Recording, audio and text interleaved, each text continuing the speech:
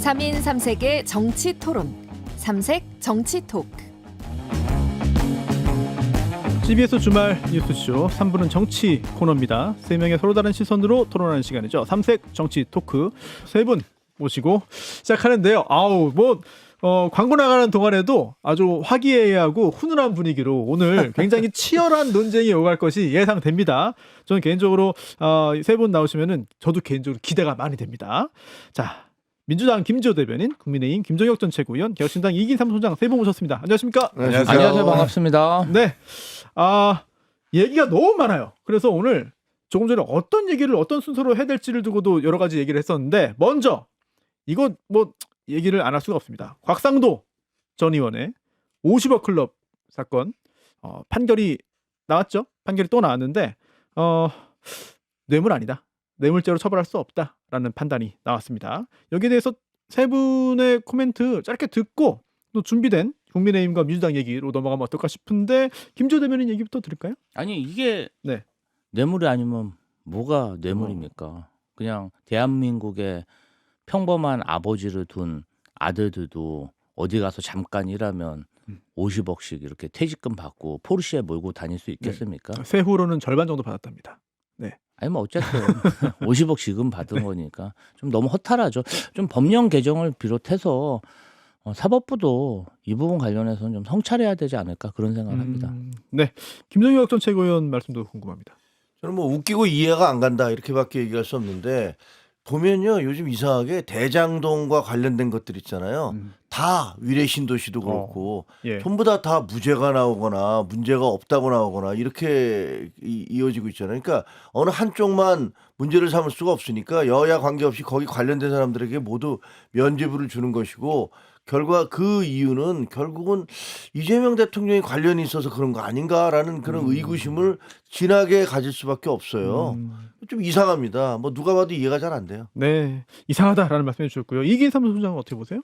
그러니까 이제 50억이 뇌물이 되려면 곽상도 의원이 본인이 가지고 있는 권한을 통해서 어떻게 성남 대장동의 그 성남의 뜰에다가 긍정적 영향을 주었는가를 입증해야 되는데, 검찰이 그걸 입증하지 못한 것 같아요. 그러니까 기소 과정에서 검찰의 무능력함이 이런 식의 결과를 낳았다는 생각이 들고, 그럼에도 불구하고 이게 특검이든 다시 한번 진위 여부를 다 파악하고 또 진상을 다시 한번 규명해봐야 될 것 같아요. 50억이라는 퇴직금이라는 게 사실 상규상 받아들일 수 없는 금액이잖아요. 이렇게 끝나서는 안 되겠다는 생각이 듭니다. 네. 법원의 판결이 국민적인 관심사가 되고 많은 국민들이 의아함을 표현하고 있습니다. 물론 판결문을 다 보고, 그리고 또 법적으로 이제 그동안의 법리와 판리에 따라서 판단을 했다면 법적으로는 문제가 없을 수 있겠습니다만, 이게 국민들의 눈높이에 맞는 결론인지 여부는 상당히 큰 의문으로 남지 않나 싶은데요. 각자의 생각이 또 다르니까요. 네.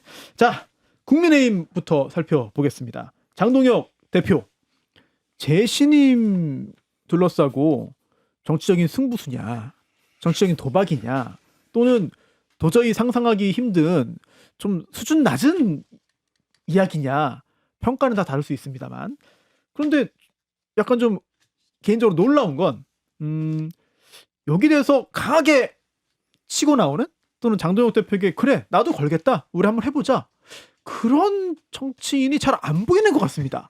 요거는 좀 불편할 수 있겠습니다만, 김정혁 전 최고위원의 말씀도 한번 듣고 싶어요. 지금 안 나온 거죠 아직까지? 왜 나오겠습니까? 김정혁 의원님은 거셨어요. 네? 저는 이틀 남은 당협위원장 건다고 네, 오늘로서 하루이네. 오늘 끝이네. 제가 근데 그걸 모르고 죄송합니다. 아니 네. 그게 문제가 아니고 저 같은 미관 말직에 거는 건 아무 의미가 없고, 거기 국회의원이나 당협위원 단체장을 걸어라 이렇게 얘기를 했는데, 아니 도대체 누가 장동혁 대표한테 기한을 정해서 내일까지 24시간 내에 네가 걸든지 아니면 간도라라고 얘기할 수 있는 권한을 준 겁니까? 왜 그 사람이 짠 판에서 움직여요? 제가 단체장이면 아니 네가 뭔데 네가 반찬, 나는 그 다음에 얘기할 거야 너 물러가라고. 이런 왜 자기가 룰의 규칙을 다 정해놓고, 룰과 규칙을 정해놓고 그 규칙에 들어와 라고 하면 그 규칙에 들어갈 바보가 어디 있습니까? 그러니까 제가 보기에는 국회의원들도 그렇고 당협 단체장들도 그렇고 아마 앞으로도 계속 얘기할 거예요. 너 문제 있어. 너 물러나. 근데 네가 짠 틀 속에서 나 움직이진 않을 거야. 나 네 꼭두각시 아니거든. 라고 얘기할 것이 분명하다고 생각을 해요. 그렇게 생각하기 때문에 안 나오는 건 네. 당연하고. 당연하다. 예. 저는 네. 장동혁 대표가 일종의 치킨 게임 오. 도발을 했다고 생각해요. 어허. 그러니까 어떻게 보면은 정치적으로 뭐 경험이 많은 분은 아니시다 보니까 네. 정치적 청소년기를 보내고 있는데 이 시기에 자꾸 주변에서 당신 무능하다 이런 얘기를 들으니까 예. 나 삐뚤어질래 아. 한판 붙어봐. 오. 근데 내가 이 지역에서는 제일 미친 X야. 아. 약간 이제 광인 전략으로 나가는 것 아, 같아요. 그런 거예요? 오. 그래서 제가 이렇게 보니까 또 주변 사람들이 또 압도적으로 장동혁 대표가 지금 지지를 받고 있는 상황이다 보니까 쉽게 나서지는 못하고 있다. 지금 국내임이 어떻게 보면은 네. 장동혁 대표를 비롯한 극우 유튜버들이 음. 언더찐윤에서 삐뚤어진 오버찐윤 어. 오버찐윤이 된 거죠. 아, 네. 그리고 진짜 언더찐윤들은 네. 제가 봤을 때는 한동훈 전 대표를 편드는 것 같지만 실제로는 좀 서사를 만들어서 네. 이 지방선거 이후에 장동혁 대표가 실패했을 때 네. 당권을 장악해서 총선 어. 공천권을 노리려고 하는 게 아닌가. 네. 여기에 이제 친한계가 완전히 좀 사이드로 밀려가지고 아. 지금 공격받고 있는 어. 상황이 아닌가 이런 생각이 좀 듭니다. 네네. 아니 근데 요 이긴 총장님 말씀 듣기 전에 친한계가 밀려났다. 네. 희망사항이겠죠? 굉장히 강력한 희망사항을 얘기하시는 것 같아요. 근데 네. 뭐 말씀하시고 나서 얘기할게요. 네. 아니 저는 뭘 이렇게 거는 것들을 좋아하시나? 아니 정치를 이렇게 갬블러처럼 하시면 안 되는 네. 건데 뭘 이렇게 거는 걸 좋아하나? 한동훈 대표도 장관일 때 네. 그 청담동 술자리 의혹에서 얼마나 억울하셨으면 본인의 어떤 억울함을 소명하기 위해서 장관직을 걸겠다 김우겸 의원한테 어쨌든 본인의 어떤 그 진정성을 그런 식으로 밝히는 방식이었잖아요. 네. 장동훈 대표도 그런 식인 것 같은데 근데 오히려 이제 사퇴를 요구했었던 김용태 의원이라든지 뭐 여러 방송 나가서 이렇게 저렇게 비판했었던 박정훈 의원이라든지 입만 살았어요 저는. 어허, 그렇게 입만 봐요. 살았다? 네, SNS에 그만 올 줄 알고 보수라는 게 뭡니까? 자신의 주장과 행위에 대해서 책임을 질 줄 알아야 되는 거 아니에요. 네. 그러면 장동현 대표가 저렇게 어이없게 지금 음. 지방선거 예비후보 2주 등록하기 2주 전에 직을 걸겠다라는 무모함을 보였다면 절호의 기회 아닙니까? 당대표를 날릴 수 있는. 우매한 당대표를 당원 투표를 통해서 날릴 수 있는 절호의 기회인데 여기서 한 명도 네. 자신의 직을 걸겠다라고 하는 결기 있는 의원들이 없는 것에 대해서 전 그것도 참 웃기다고 좀 생각을 하고요. 아마도 당원 투표에서 질 거다라는 예상을 해가지고 뭐 직을 안 거는 것 같은데 전 꼭 그렇게 보지도 않는 게 네. 지난 대선 경선에서 김문수 후보로 후보가 압축이 되고 나서 한덕수 총리로 후보가 한번 바뀌려고 했었을 때 네. 그때 당원 투표에 붙여보니까 한덕수 총리는 안 된다. 오히려 김문수 후보가 맞다라고 당원들이 집단 지성을 발휘해서 결정을 해줬잖아요. 그렇죠. 분명히 국민의힘도 그렇게 올바르게 판단하는 당원들이 분명히 있을 거란 말이에요. 그럼 여기에서 진짜 이 장동혁 대표의 리더십에 대해서 다시 한번 판단받아야 된다라고 결의 있게 나서는 분이 좀 오히려 나와줘야 이 사태가 빨리 마무리될 거라고 생각을 하고 오히려 지금 이 사태를 바라보고 있는 지방선거를 준비하고 있는 기초광역 의원들은 빨리 수습되기를 바라고 있거든요. 어떤 모양새든 간에. 그렇지 못해가지고 좀 안타깝다는 생각이 듭니다. 약간 이제 몇 가지 사실을 얘기하면 첫 번째 이제 뭐 왜 이렇게 많이 거느냐. 그럼 그런 생각하실 수 있어요. 근데 좀 사실관계가 달라요. 왜냐하면 한동훈 대표가 그때 걸겠다 그런 것은 팩트와 관련된 거예요.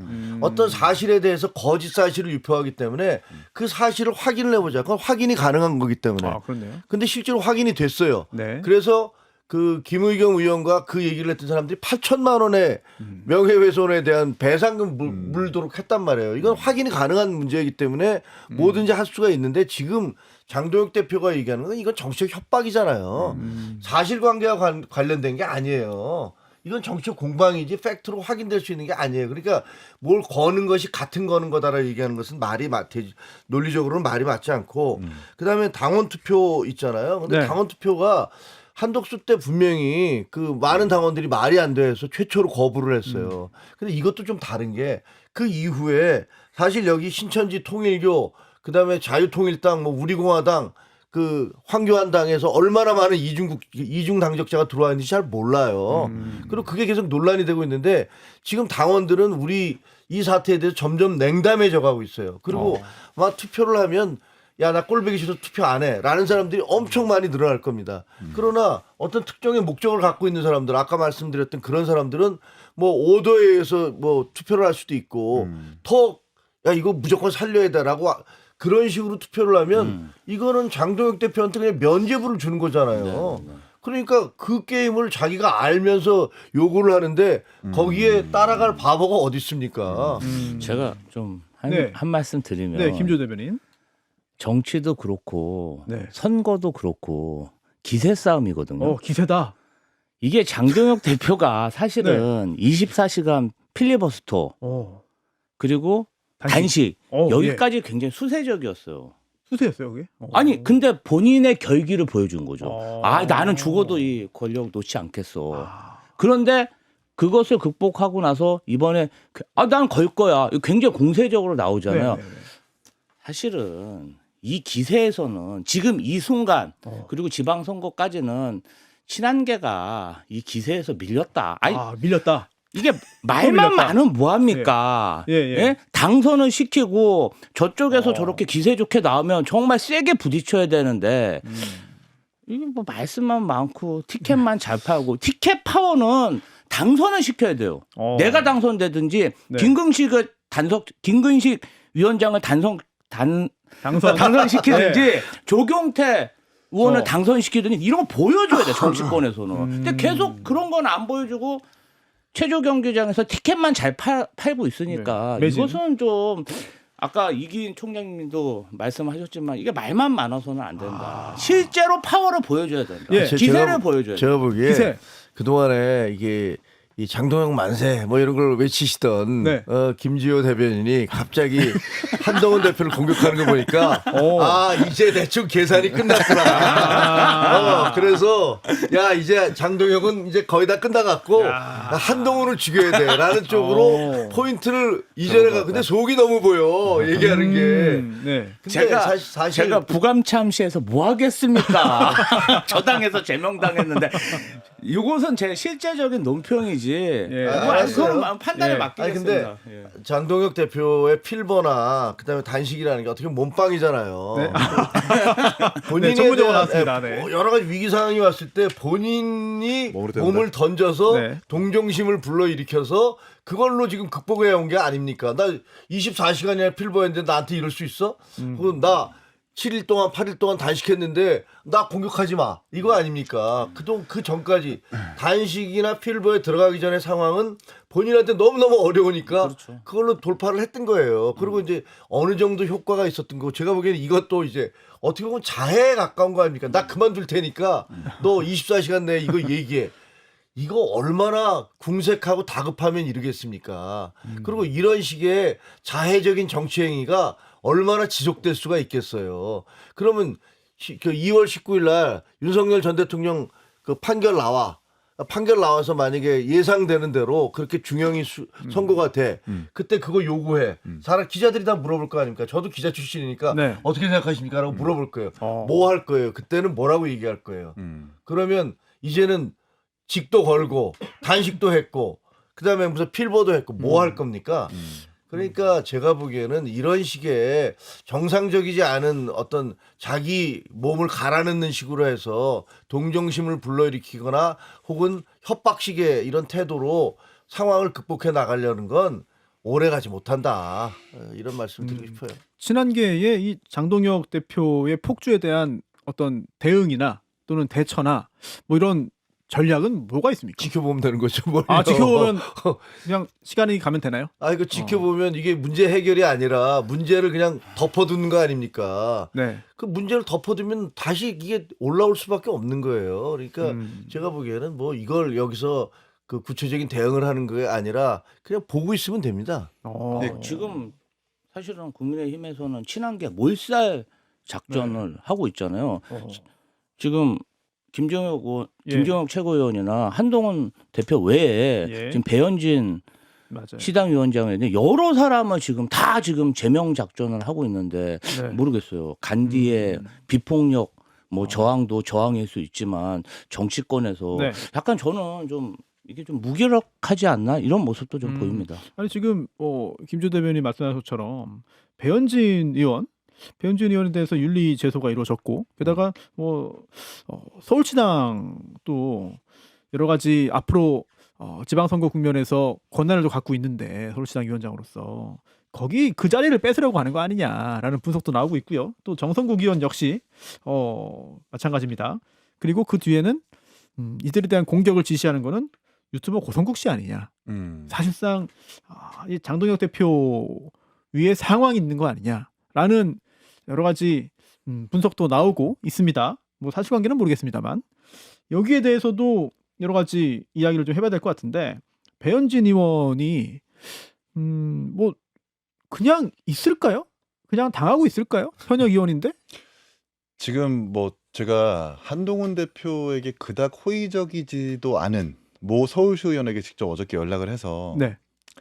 이 사실이 맞느냐, 이 연판장 연설을 제안하고 압박을 받은 게 맞느냐라고 물어보니까 그건 아니랍니다. 아 그래요? 네, 서울시의회 국민의힘 원내대표가 직접 연락을 돌려서 연판장 연설을 해달라고 제안한 건 맞지만 그 과정에서 압박이나 강요는 추호도 없었다. 그래서 그러니까 한동훈 대표에 대해서 그닥 그 긍정적으로 평가하지 않은 의원들마저 그렇게 얘기한다면 그 과정에서 이렇다 할 압력이 있었던 건 아닌 것 같아요. 네. 다만 이제 구조의 문제인 것 같습니다. 구조의 문제. 아무래도 서울시 의원들에 대한 공천권을 가지고 있는 네. 배현진 서울시당 위원장 소속의 그 출신 지역구 소속의 원내대표 의원이 의원들한테 연락을 돌려가지고 연판장 연설을 제안하다 보니까 지위와 구조 속에서 가지고 올 수 있는 압력, 그 위력이라는 게 분명히 있는 거잖아요. 그리고 배현진 의원이 사실 연판장 논란이 됐던 게 이번 처음이 아니지 않습니까? 네. 과거 나경원 의원의 그 당대표 불출마를 종용하기 위해서 연판장 이름을 올린 것도 배현진 의원 아니었던 거 아니에요? 거기다가 이것 말고도 자신의 SNS에서 악플을 달았다는 이유로 어떤 그 계정에 들어가서 그 손녀딸의 사진을 박제했다가 그 부분도 아마 제소가 된 것 같은데 이게 오비일학인지는 모르겠지만 어쨌든 그 두 사건이 지금 제소에서 이뤄지고 있는 것 같고 정성국 의원도 마찬가지로 그 의원총회에서 이렇게 뭐 이른바 막말 논란이 있는 것 같은데 그와 반면에 또 고성국 의원도 지금 칠한계에서 이 윤리위에 제소했다는 것 아닙니까? 어쨌든 고성국 씨? 빨리빨리 이걸 예. 해결해가지고 당의 어떤 갈등을 네. 좀 수습했으면 좋겠다는 생각이 드네요. 야, 근데 이 윤리위가 이렇게 힘이 센 곳인가요? 원래? 아시잖아요. 이준석 대표 윤리위 때도 수사도 안 되고 이렇다 할 증거도 없고 나중에 보니까 그 해당 의혹들이 가짜 의혹이었다. 그리고 유튜버 가세현도 뭐 조작된 증거였다. 그리고 경찰도 애초에 CCTV 같은 증거가 없었다라는 것이 밝혀졌음에도 이렇다 할 반성도 없었고 수사도 개시되지 않았는데 그 윤리위를 통해서 당대표를 축출하지 않았습니까? 국민의힘의 윤리위라는 게 사실 당권파 내지는 권력이 가지고 있는 전가의 보도처럼 쓰여지고 있는 것은 전 국민들이 다 알고 있는 것 같아요. 이게 근데 참 국민의힘이 네. 정말 웃기는 관행을 만든 거예요. 웃기는 관행. 이게 좀 야당은 검찰 수사권으로 그렇게 괴롭혀가지고 탄압해서 없애려고 하더니 당내 사건 관련해서는 어떻게 보면은 당내 수사기관 검찰 같은 기관이 윤리잖아요. 그걸 활용해가지고 정적을 제거하겠다는 발상 자체가 아무도 생각 못한 발상이에요. 근데 지금 국민의힘에서 이준석 대표부터 시작해갖고 전직 대표, 현직 대표를 그런 식으로 제거하는 수단으로 네. 굉장히 신박한 방법을 만들어낸 거죠. 저는 앞으로도 이런 관행이 만들어지면 안 된다고 네. 생각합니다. 그리고 저희가 봤을 때는 그 고성국 씨라든지 네. 장해찬 부원장, 박민영 미디어 대변인들을 보면은 고성국 씨 같은 경우는 뭐 그냥 그거 아무 말 대잔치 윤석열 씨나 저 사람 얘기 듣지 정상적인 사람 누가 저 말 듣겠어. 그리고 뭐 박민영 대변인이라든지 장해찬 부원장은 그냥 그거 땅꼬마다 스몰 스피커다 이 정도로 생각했는데 네. 이 세 분이 얘기하는 게 다 국민의힘의 주요 정책으로 되고 정적을 탄압하는 수단으로 착착착 진행이 돼요. 누구를 제거해야 된다. 누구를 윤리에 제소해야 된다. 그럼 그게 실제로 현실이 되는 이 상황에 대해서 네. 좀 누가 지도부고 누가 당대표인지 구분이 좀 잘 안 갑니다. 근데 민주당이 저렇게 얘기하는 건 저는 네. 저런 얘기 들으면 좀 웃겨요. 웃겨요. 왜냐하면 공천 학살의 원조는 민주당 아닙니까? 박용진 의원한테 어떻게 하셨어요? 그때 진짜 말도 안 되는 반 이재명에 대한 무지막지한 학살을 자행하지 않았습니까? 그런 당에서 무슨 우리가 잘한다는 게 아니라 거기가 먼저 원조시라는 거. 그다음에 고성국 씨 얘기하잖아요. 거기는 김어준 씨라는 원조가 계세요. 그 김어준 씨한테 그냥 전부 다 장관, 비서실장, 총리까지 가서 그 온 국민에게 해야 될 얘기 김어준 씨한테 고하고 있는 거 아닙니까? 그 김어준 씨 있는 당에서 그런 얘기 하지 마세요. 그리고 지금 여기서 이상한 뭐 저 제거 시나리오가 작동되고 있다. 맞아요. 저도 그 대상자니까 네. 전 피해자인데 네. 그런데요. 그 민주당도 지금 합당과 관련해서 기상천외한 시나리오를 만들고 계세요. 그래서 저희는 밥은 같이 먹잖아요. 얘기도 여긴 밥도 안 먹잖아요. 만나기를 한다. 만나기를 그리고 한다. 지금 윤리위 배현진 그 제거 저 제명 관련해서는요. 사실 배현진 서울시당위원장 이게 문제가 된 게 그 21명의 당협위원장들이 그 한동훈 제명은 잘못됐다는 서명을 한 거예요. 근데 당협위원장들이 그걸로 지금 제소가 된 거예요. 그 시도당 위원장들이 시도당 시도위원들이 아니에요. 구의원, 시의원들이 아니라고요. 근데 당협위원장들이 자기 이름으로 서명을 한 거고 그 쓴 것도 그 강서에 있는 구상찬 선배가 제가 쓴 걸로 알고 있어요.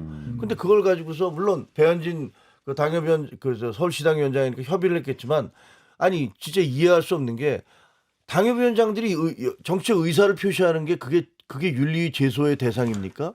아니 그럼 자기들은 예를 들면서 장동혁 대표 밀어주자라고 78명이 이런 서명을 했어요. 그건 괜찮은 거고 그러면 반대하는 서명 이거 최고 존엄이라서 그렇습니까? 그러니까 이게 말이 안 되는 일을 하고 있는 거고 저는 역설적으로 얼마나 두려우면 저럴까. 얼마나 한동훈이 두렵고 그 김정혁이가 눈에 가시고 배현진이가 싫으면 얼마나 친한계가 싫으면 고름처럼 짜내겠다는 얘기를 하고 그다음에 말도 안 되는 이 사유를 들어서 저 사람들을 징계하려고 할까 그런 생각이 들어요. 아니, 그래서 근데, 예. 막바지가 다 돼가고 있다는 생각이 들어요. 선거가 코앞이잖아요. 뭐 지금 개혁신당도 여러 가지 뭐 준비도 하고 있겠습니다만 어쨌든 선거 전에는 최대한 좀 끌어안고 최대한 좀 자기 편으로 만들고 좀 합치고 이러는 게 좀 통상적인 일 아니었습니까? 이제 저희는 뭐 힘들어도 예. 먼저 얘기하고. 그러니까 이제 말씀하세요. 예, 조국 혁신당이랑 사실 저희도 지금 힘듭니다. 조금만 기다리세요. 여기서 혼나고 저기서 혼나고 예. 힘든데. 광고 듣고 오면 이제 바뀌어요 또. 예, 근데 이제 힘든데 그래도 저희는 어찌 됐든 조국 혁신당이랑 합쳐서 구도 정리를 하려고 노력을 하는 거잖아요. 지금 국민의힘에서는 개혁신당하고 뭐 합당을 하든지 선거 연대를 하든지 이런 게 사실은 통상적인 그런 정당의 모습인데 선거를 앞두고 지금 이제 있는 사람도 다 쳐내고 있는 상황이니까 그러니까 사실은 오세훈 서울시장이 이 모든 구성원 중에 이번 지방선거에 가장 절박하고 간절한 사람 아니겠습니까? 그런 후보자가 장동혁 당대표한테 당장 그만둬라. 네. 그리고 장동혁 디스카운트라는 말을 할 정도면 굉장히 당내 갈등이 비정상적인 건 맞는 것 같습니다. 네. 그리고 뭐 이 모습들 사실 저희가 여러 가지 지적과 비판을 하고 조언도 하고 있습니다만 이게 장동혁 대표가 이 방송을 좀 들을지, 전달이 될지 그건 좀 의문이긴 합니다. 네. 자, 이것도 한번 좀 살펴보시죠. 그 한동훈 전 대표. 이제 정중동 행보라고 해야 될까? 아니면 일단 제명이 됐기 때문에 당내에서 직접적으로 여러 가지 이야기를 내놓기 좀 곤란한 상황이 됐기 때문인지는 몰라도 또 장외에서 일들이 있습니다. 근데 또 여기에 대해서도 비판의 목소리도 있어요. 이게 토크 콘서트. 토크 콘서트 그냥 트집을 잡으려고 하는 거냐? 아니면은 정말 애정 어린 그런 조언이냐? 등등 뭐 해석은 나뉠 수 있겠습니다만 한 전 대표 제명 반대했던 그 국민의힘 인사들 중에서도 토크 콘서트에 대해서는 좀 부정적인 입장을 밝히는 사람도 있는데 여기에 대해서 한번 그 김정혁 전 최고위원 말씀 한번 듣고 갈까요? 저는 아주 새로운 정치 문화가 만들어지고 있다고 봐요. 저는 과거부터 뭐 정치부 기자를 하면서 많이 봤는데 우리가 얘기하는 정치적 동원이라는 게 그 각 당협에다가 오더 내려서 버스비 대주고 그다음에 몇 명 동원해서 사진 찍어갖고 올려보내 뭐 이렇게 해갖고 하는 거 아닙니까? 여야 관계없이 다 그렇게 해왔어요 지금까지. 근데 그 몇 차례에 걸친 그 영하 14도에서 시민들이 모여드는 걸 보고서 그 사람들이 무슨 공천을 바라고 왔습니까? 아니면 돈을 받고 왔습니까? 자기들이 돈 내갖고 다 올라온 거예요. 한겨울철에 그 여의도에 그 바람 부는 데서 수만 명이 모여서 시위하는 거 보면서 저는 정말 기겁을 했습니다. 이건 새로운 정치 문화예요. 마치 미국의 이건 반대쪽이지만 공화당의 티파티 운동으로 해서 공화당이 다시 부활을 했듯이 지금 보면 대한민국의 정치 문화에서 새로운 정치 문화가 만들어지고 있는 겁니다. 과거에 이런 적이 한 번 있었어요. 그 누구냐면 안철수 의원 때 있었어요. 안철수 의원에 대해서 사람들이 야 안철수를 통해서 새로운 정치 문화를 만들어 보자 하면서 많은 사람들이 결집을 했었어요. 근데 죄송하지만 안철수 의원이 서울시 시장에 나가지 않고 그거를 그 넘겨주고 네. 박원순 씨한테 넘겨주고 그다음에 또 본인이 대선에 나왔다가 그거를 문재인 후보 손을 들어주면서 죄송한 말씀이지만 도망가 버렸어요. 미국으로. 철수했죠. 그러니까 그렇게 됨으로써 그때 끌어오르던 정치 개혁에 대한 열망이 무너져 버린 거예요. 근데 저는 20년 만에 새로운 문화를 봐요. 지금 이것은 여성들이다. 여성들이 자기 남편들 데려오고 자기 사위 아들들 데려오는 거를 현장에서 제가 목격하면서 야 이건 새로운 정치 문화다. 새로운 정치 혁명이 이루어지고 있는 거구나. 그러니까 기존의 정치 문법과 문화에 익숙한 사람들은 그런 것들이 두렵고 그런 것들을 비판하는 거죠. 근데 제가 보기엔 아마 시대가 달라지는 모습을 곧 목격하게 될 것이다. 이렇게 생각합니다. 네, 시대의 변화다. 새로운 정치 문화다라는 평가 해주셨고요. 저희 광고 듣고 돌아와서 민주당 얘기로 이어가겠습니다. 민주당도 여러 가지 혼란 속에 있습니다. 뭐 결이 약간 다르긴 한 것 같습니다만 조국 혁신당과의 합당 관련해서 야 이거 최고위원 3명이 이거 아주 대놓고 정청래 대표에 대해서 공격을 하고 있어요. 네. 또 등장하는 용어들도 점점 좀 격해지는 것 같습니다. 자, 이거 김지호 대변인의 이야기는 사실 뭐 별거 아니라고 하겠죠. 그렇죠?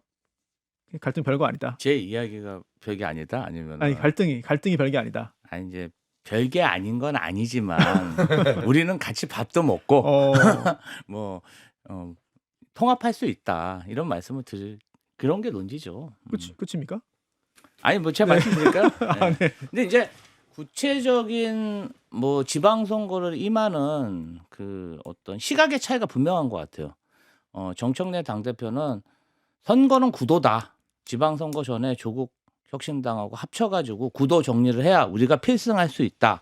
이렇게 생각하시는 것 같고요. 이현주, 황명선, 강덕구 최고위원님은 지금 이재명 대통령의 국정 지지율이 높고 우리끼리 분열할 사항을 만들지 말고 지금은 이대로 가서 여당 프리미엄으로 지방선거를 이기자. 그게 정석이다. 이 두 시각이 굉장히 첨예하게 갈등하면서 지금 이제 내부적으로 수기 과정에 있다. 이렇게 보시면 됩니다. 근데요, 그러면 합당 안 하면 지방선거 어렵습니까? 이제 어렵다고 보는 게 어렵다고 보고 완전히 필승하기 어렵다고 보는 게 이제 당 대표님 정청래 당 대표님의 시각이시고 네. 또 이제 한쪽에서는 네. 그게 아니라도 우리가 지금 국민의힘이 저렇게 자중 질환이 일어났는데 또 이재명 대통령의 인기도 높고 꼭 합당할 필요가 있어? 지방선거에 압도적으로 승리하고 조국 혁신당 그때 가서 합당론 이야기해도 된다. 이제 이런 시각이 있는 거죠. 네.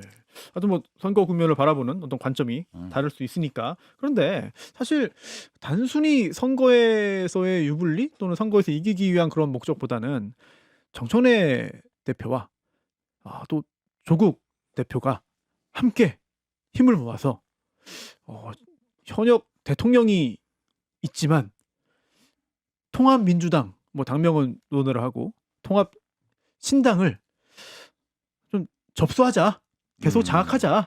그리고 다음 대선도 있는데 당권은 정청래, 대권은 조국 이런 식의 그림 그리는 거 아니냐라는 생각 때문에 친명계에서는 거칠게 반발하는 게 아니냐라는 생각이 들거든요. 이거 이렇게 봐야 되는 거 아닙니까? 그러니까 그게 전 합리적이라고 보고요. 왜냐하면 지방선거 전에 무리할 필요가 전혀 없거든요. 지방선거라고 하는 게 그리고 총선도 마찬가지고 대통령의 국정 지지율로 선거를 치르는 게 보통입니다. 지금 정부 여당 말고 국정 지지율이 낮지 않게 나오는 상황에서 굳이 이렇게 무리해서 합당 리스크를 질 필요가 없는데 왜 이렇게 무리를 하느냐. 그러면 방금 앵커님 말씀하신 대로 어쨌든 정청래 대표는 대권 용꿈을 꾸고 있는 상황에서 당원들에 의해서 투표를 받아가지고 당대표가 됐고 또 이번에 문정복, 이성윤 같은 사람들이 들어와가지고 친청체제의 지도부가 완성이 됐으면 부족한 그 표수를 벌충해야 되는 곳이 바로 중앙위원들이거든요. 그럼 조국혁신당과 합당을 해가지고 조국혁신당 내에 존재하고 있는 지역위원장들을 자기 표로 만들면 지방선거 끝나고 나서 연임 당대표를 할 때 훨씬 더 유리한 고지를 전 점할 수 있다고 생각을 합니다. 그런 정치적 전략 어떤 이득이 있기 때문에 저는 정청래 대표가 이렇게 무리하게 합당을 하려고 하는 거라고 좀 생각을 하고 조국 대표 입장에서도 사실 지지율이 저희 개혁신당과 지금 뭐 엎치락뒤치락 하고 있는 상태거든요. 굉장히 좀 심약해져 있는 상태. 그리고 3년은 길다라고 하면서 윤석열 정권의 어떤 타도만을 위한 정당이라고 좀 보는데 그런 목적을 달성했으니까 사실 존재의 목적이 없어진 거잖아요. 본인도 대권 꿈을 꾸고 있는 상황에서 어쨌든 큰 정당에서 자신이 대통령 꿈을 어떤 이룩해 보겠다라고 하는 각자의 이해관계가 맞아 떨어지니까 이렇게 무리하게 좀 합당 플랜을 실현하려고 하는 건 아닌가라는 생각이 듭니다. 어떻게 될 거예요 앞으로? 저는 합당이 안 될 거라고 봐요. 조정될 지점도 조정해야 될 이해관계들이 너무나 많습니다. 지역위원장도 그렇고 또 이미 조국혁신당에서도 공관위원장으로 박능후 전 보건복지부 장관을 임명하기도 하고 독자의 노선도 지금 고려하고 있는 상황이거든요. 게다가 어저께인가요? 그 동아일보에서 단독 보도했었던 합당 문건까지 나왔다는 것 아니에요. 근데 예. 합당 문건에 보면은 타임 테이블까지 적혀 있었고 거기다가 탈당자의 복당에서도 일시적인 면책 조항까지 거기 들어 있었다는 것 아닙니까? 근데 지금 민주당의 당원 당규를 보면은 탈당자가 다시 복당했을 때 경선 과정에서 25% 감점받는다라는 당원 당규가 있기 때문에 당원 당규를 뒤집어야 되는 개정 사항까지 필요한 사항이란 말이에요. 이런 것들까지 고려해 보면 그 합당 문건은 사실 미리 답은 정해놓고 최고위원들한테 통보한 형식으로 보이기 때문에 이 여파가 최고위원들이 더 이상 이렇게 물러날 수 없는 그런 지점까지 이르렀다. 저는 그렇게 봅니다. 네. 제가 보기 이거는요. 그 지방선거를 앞두고 합당을 명분으로 해서 사실은 내전이 벌어진 거예요. 내전이다. 내전인데 그게 홍과 전의 싸움이 있잖아요. 옛날에 중국에서 홍이라는 것은 이데올로기를 앞세우는 모택동 일파고 네. 그다음에 전이라는 게 이제 실용 개혁 뭐 이런 걸 앞세우는 등소평 뭐 이렇게 나눌 수가 있다면 뭐 네. 꼭 두 사람이 아니더라도 홍전의 싸움은 계속돼 왔는데 지금 현재 민주당에서 벌어지고 있는 건 김어준, 유시민, 정청래, 조국을 한 판으로 한 이 이른바 홍 세력과 그다음에 대통령 이재명 대통령, 그 김민석 총리 그리고 친명 최고위원들 뭐 이런 분들을 중심으로 한 전 세력. 한쪽은 이데올로기적인 586 그러니까 이른바 80년대 운동권을 주축으로 한 그런 세력들이고 다른 한쪽은 좀 더 실용적인 입장이 더 강한 이런 두 세력이 지금 충돌하고 있는 걸로 보여져요. 보여지기 때문에 아마 이제 그 운동권 쪽에서는 과거에 노무현, 문재인, 조국으로 이어지는 그런 서사를 계속 만들어 왔잖아요. 네. 근데 두 개는 완성되고 마지막에 조국이 안 됐어요. 그러니까 그걸 완성하고 싶은 그런 강한 욕망이 있는 것 같고 그 반대쪽에서는 세상이 달라졌는데 무슨 소리냐 이런 얘기를 하고 있는 것 같아요. 그래서 저는 이게 그렇게 간단하지 않다. 이 싸움이 예. 처음에는 간단하게 봤는데 예. 가면 갈수록 심각해지고 본질이 드러날수록 이게 첨예화 되더라고요. 예. 그래서 그래도 결국은 한 뿔인데 되지 않겠어? 지방선거 전에 이렇게 생각했는데 어제 그 문건 비밀 네. 문건 네. 이거 공개되는 거 보면서 안 될 가능성도 이제 점점 커지는구나. 이렇게 되면 이거 비밀 문서 까지고 이러면은 예. 이거 명분이 없어지잖아요. 답이 없죠. 합당의 명분이 점점 더. 아니 당장 정청래 대표는 이거 문건 어떻게 공개된지 조사하겠다. 난 몰랐다. 뭐 이런 입장을 밝히고 있지 이게 않습니까? 말이 안 되는 게 예. 말이 안 되나요? 합당과 같은 중요한 사안에 대해서는 네. 당대표가 모를 수가 없어요. 근데 조승래 사무총장 그렇게 말했어요. 이거 내가 지시한 거고 대표는 몰랐다. 이게 저도 사무총장이잖아요. 사무총장이 이야기하는 사무총장 그러니까 이야기. 사무총장의 전결사항이 있고 당대표의 결정사항이 있는데 여러 전결사항이 있고 결정사항이 있는데 이런 합당과 같은 중요한 안건은 당대표의 보고사항이자 그러니까 그 결정사항이 맞습니다. 이걸 가지고 사무총장이 스스로 만들어가지고 실무선에서만 다루려고 했었던 문서다라고 하면 이건 해당 행위고 오히려 사무총장을 잘라야 되는 오호. 방식이에요. 아니, 개혁신당하고 민주당은 다르잖아요. 어떻게 뭐가 다르다는 거예요? 개혁신당 네. 아니 우리 이기인 총장님이 네. 민주당에서 총장 하시고 그런 말씀하시면 설득력이 있는데 아니 뭐 개혁신당에서 최고위원 하다가 사무총장 하셔놓고는 뭐 민주당도 그럴 것이다 이렇게 얘기하시면 안 되고 일단은 시점상 작성 시점이 27일이에요. 네. 25일 날 이해찬 우리 총리님이 서거하셨는데 그때를 기점으로 합당 논의 관련해서 어떤 아무런 행정이나 활동을 하지 말자 이렇게 결의가 됐는데 이 문서가 작성됐기 때문에 이 부분에 관련해서 시기의 부분에서 좀 지적하시는 분들이 있고 네. 조승래 사무총장님의 이야기는 우리가 이 합당 관련해서 최고위원들과 의원들과의 논의가 있을 텐데 그러면 어떤 방식으로 합당을 해야 될지에 대해서 실무적으로 한번 검토할 필요는 있었다. 그래서 본인이 지시했다. 이런 취지로 말씀을 하고 계시고요. 그리고 합당 관련해서는 그 내용이 과거에 열린민주당하고 합당했을 때를 준용해서 그렇게 좀 작성을 한 것 같습니다. 그때 저희가 경험이 있기 때문에 그래서 내부 검토 자료로 작성한 것 같고 그것이 뭐 어떤 네. 조국혁신당과 합당을 전제로 완성된 그런 제안은 아닌 것으로 그렇게 이야기하고 계십니다. 근데 그 합당 문건에 보면 그 타임라인상 어제인 6일에 조국혁신당과 사전 협상을 하고 다음 주 월요일 날 최고의 의결을 거쳐서 보름 뒤에 당무위 의결을 거친 다음에 조국 대표한테 지명직 최고위원을 주겠다는 내용이 적혀 있어요. 이걸 당 대표를 패싱하고 사무총장만 적었다? 누가 믿습니까? 이 아니, 정당의 운영상 이 논리 성립이 불가능한 아니 거예요. 사전 뭐 이제 타임테이블을 적었다고 해도 네. 내용을 보고 보고를 안 했을 수도 있는 거잖아요. 근데 그거를 조승래 사무총장이 보고를 안 했다는데 그게 거짓말이라고 하는 근거는 뭡니까? 그러니까 옆에서 보신 것도 그거야 아니잖아요. 거짓말이라는 아니 그 게 상식에 기초해야죠. 네. 전 그 얘기 들으면서 어떤 생각이 드냐면 야 윤리위에서 그 누구야 그 한동훈 대표 새벽에 1시 반에 그 보도자료 내서 제명하는데 그거 장도혁 대표가 윤리위가 자율적 기관이어서 저는 그쪽에서 결과하는 거 하나도 모릅니다. 그걸 여기다 기업하네요 또. 비슷하잖아. 아니 저에 대해서도 마찬가지로 저 징계에서 무슨 윤리위에서 무슨 저 탈당 권유해서 사실상 제명했는데 예. 그것도 윤리 자율 결정이니까 우리 당은 모릅니다. 당 지도부는 모릅니다. 라고 얘기하는 거 못지않게 황당해요. 자, 일단 고급 기술 한번 나왔고요. 네. 한번 쫙 나왔어요. 네. 기술 한번 본 거지. 어찌 됐든 저희는 우리 당의 자원들을 제거하기 위해서 논쟁을 하고 있는 게 아니라 지방선거를 앞두고 세력의 통합을 위해서 지금 치열하게 노선 투쟁을 하고 있는 겁니다. 기본적으로 국민의힘에서 벌어지는 권력 투쟁과 양상이 좀 다르다. 저는 이 말씀을 드리고 싶습니다. 양상이 다르다. 네, 이런 얘기 나왔고. 그러면 합당을 반대하는 측에서는 그럼 왜 반대하는 거예요? 만약에 합당을 해서 더 세력이 좀 강해지고 선거에서 이길 확률이 높아진다. 이러면 합당을 거부하는 게 오히려 해당 행위 아닙니까? 일단은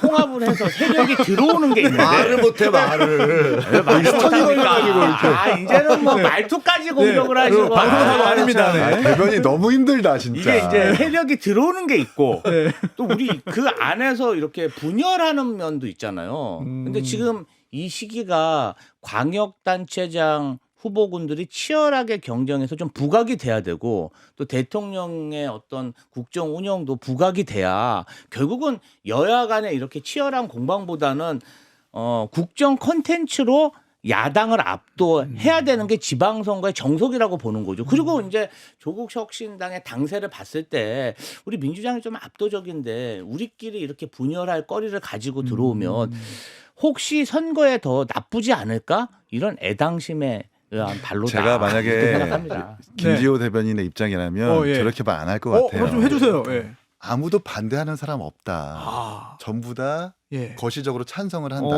다만 그 시점의 차이가 있는 거다. 네. 굳이 물리적인 일정상 불가능하니까 지방선거 뒤로 밀어가지고 충분히 의견 수렴을 받고 여유 있게 합당을 하자. 이것이 이현주 최고와 황명석 등 이른바 친명으로 분류되는 사람들의 주장이다. 이렇게 보시면 된다라고 좀 반발할 것 같은데 근데 아니 이상한 근데 말씀을 하십니까? 대변인제를 위험해. 대변인제를 위험해졌어. 아니 근데 그렇게 보기에는 또 어려운 게 그렇게 말해도 아마 두 분도 이거 안 믿는다라고 하실 거예요. 왜냐하면 뭐 이래도 발언 안 믿고 수위가 저래도 안 믿고. 높아요. 예. 어? 아니 근데 그러니까 그게요. 아니 정청래 대표가 합당을 해서 결국은 미략설 나오는 게 그거 아닙니까? 아 그래? 우리 서로 짜고서 이번에 당대표 재선에서 8월달 있는 전당대회에서 저 정청래 대표 재신임을 하고 그래서 당대표가 돼서 야 대통령 이재명 대통령 됐잖아. 이제 우리 세상을 또 만들어봐야 되는 거 아니겠어? 이런 것 때문에 싸우는 거지. 표면적으로 뭐가 무슨 의미가 있어요. 그래서 아까 말씀드린 대로 지방선거를 계기로 합당을 예. 명분 삼아서 지금 그 당내 내분이 벌어지고 있는 거라니까요. 아니 저는 아까 그 이기인 총장께서 굉장히 고급스러운 그런 조언을 해주셨는데 그거를 김지호 대변인이 이야기를 했다 하더라도 안 먹힐 것 같은 게 이현주 의원이 혁신당 그 조국신당을 두고 이렇게 말했습니다. 민주당을 숙주로 삼아서 대권 도전 알박기 한다. 야 이거 엄청 높은 수위의 공격이고요. 그러자 또 조국 혁신당에서는 이현주 의원이야말로 숙주 삼기 원천 기술 보유자다. 이거를 두고 시기의 문제라고 할 수 있겠느냐. 너무 대놓고 싸우는 거 아니냐. 아니 그러니까 이제 월요일 최고위까지는 이현주 최고위원도 본인은 원칙적으로 통합론자다. 네. 절차상 문제가 있기 때문에 전략상으로 이거는 좀 논의를 뒤로 해야 된다 이렇게 말씀하셨는데 그 월요일부터 뭐 이렇게 주중에 중간에 이제 어떤 막 발언들이 계속 공방이 오고 간 거잖아요. 그러다 네. 보니까 조금 발언이 격화된 게 아닌가 또 좀 어떤 감정선도 악화된 게 아닌가 이렇게 좀 보입니다. 그리고 이제 어떻게 보면은 조국 혁신당은 윤석열 검찰 독재 정권과 같이 싸운 우당이었고 지난 이재명 대통령의 대선 시에도 선대위에 합류해서 이재명 대통령 만들기에 기여를 많이 하셨습니다. 근데 자꾸 이제 이런 부분들이 좀 합당할 때는 좀 긍정적으로 좀 얘기가 돼야 되는데 뭔가 좀 분열 양상, 공격하는 양상 이렇게 네. 되다 보니까 저희도 참 난망합니다.